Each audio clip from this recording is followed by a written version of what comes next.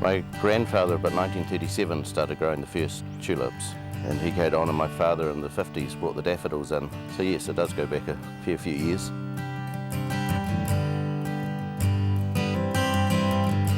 Primarily, it's a traditional Canterbury sheep farm. It was, yes. Yes, and it probably still is a wee bit, but predominantly flowers now, yes. Any idea of the area of flowers, the acreage? Probably about 50 to 60 acres of flowers, probably 40 of daffodils and 20 of tulips. And obviously, a lot of the time, they're below ground. So what's the management regime? I'm learning still slowly, I think. Well, we obviously dig the bulbs November, December, January. We've got to dig and sort. We'd probably dig 20 acres every year. So that becomes quite a large job for a good team of us. And that's separating, obviously, because they do bulb up, don't they? Yes, we just divide up the small ones, and to sell the bulbs as sellable, and to reforce bulbs to get early flowers for the following season. So you do sell bulbs. What do people come here, or do you pack them up and sell them through outlets? We sell direct from our shed, as well as we've got a website we have just starting at the moment, hopefully to sell all around New Zealand. So we do pack a lot from here as well, and some from our shop in town in Hills Road. Miss Fever, we're allowed to say that, Yes, John. okay, thank you. Which is an interesting thought, because in fact that was hit pretty hard by the earthquake, because you're working out of sort of a cool shed. Yes, we're working at the rear porticom, and the shop's actually been closed at the front, but we're still as busy as ever from the rear of it.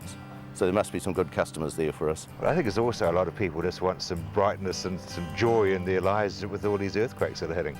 Well, I think this year daffodils and tulips, Robert, probably sold better than ever because they're something small and bright, which is cheering people up in the time at the moment. Tell me about the season, because it's been a very cold, miserable, wet winter. Yeah, early in the season it was very slow to get going, so we were struggling for Daffodil Day, for the Cancer Society. And after that, it has been a very slow season, yes. Now we're getting northwest, so it's all coming on fast. Do the flowers react to that? Do they come on a lot quicker if it's warm? Yes, the tulips, as you can see behind us, blow open very quickly in a few warm days. I notice also that you're picking them seemingly when they're still bud-like. Yeah, we have to pick for the markets when they're still green, because we can't pack fully open flowers. Daffodils, I bought some from Miss Fever the other day, and they were in bud, and within 12 hours they were open. So the timing must be very, very critical. It is very critical, yes. So we're going through the fields all the time, picking the ones at the right stage. What's behind you? Is that too late? You can't do anything with those now? Yes, at this stage these were just purely for looks, yes. But it's the bulbs that these will be used for? If we don't pick them, the bulb will do better for next year, and it will probably divide up better, so we'll have more bulbs off a patch like this that we don't pick. So it's sort of if you pick them, you lose a wee bit of production on the bulbs, but you gain a flower sale, so it's a wee bit of six both. Or what half it does the other, isn't it? Yes. Swings and roundabouts. Yes, is what they say. so we try and do a mixture, and do a wee bit of everything. What about diseases, insects? There's the horrible narcissi fly, for example. How do you control that? We hot water treat our bulbs that we dig to keep the narcissi fly that kills it, and obviously we just spray for insects. Rain, because if you get rain, does that sort of affect the blooms?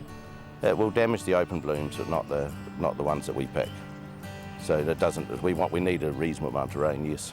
Probably not as much as we had this year. But the other thing is, with all due respect, we're buying bunches of daffodils for $2. It must be a hell of a lot of work and a lot of volume for not much cash flow, I would have thought. Well, probably yes. I mean, we hopefully get more than that some of the season, but in the main flush we tend to sell them cheap to give everybody a chance to own them. On top of that, though, you've got to pay your pickers, because they're not going to be volunteers. No, that becomes the problem. It is pretty hands-on? Yes, well, every bunch has to be hand picked. There's no machine to do it, and they're taken back to the shed by hand. Yes. Where they get bundled up by hand? Yes, they get bundled up by hand, yes, and packed into boxes and sent away. So it is a lot of labour involved, yes. And it's sort of like the wine industry, in so much as you've got to provide the boxes, you've got to provide the rubber bands, you've got to provide everything. And then hopefully we get something from it at the other end, yes. Now, your open day this weekend? Yes, we're doing an open tulip day this weekend just to view the tulips. If people would like to come out and have a look, there should be a big display, hopefully.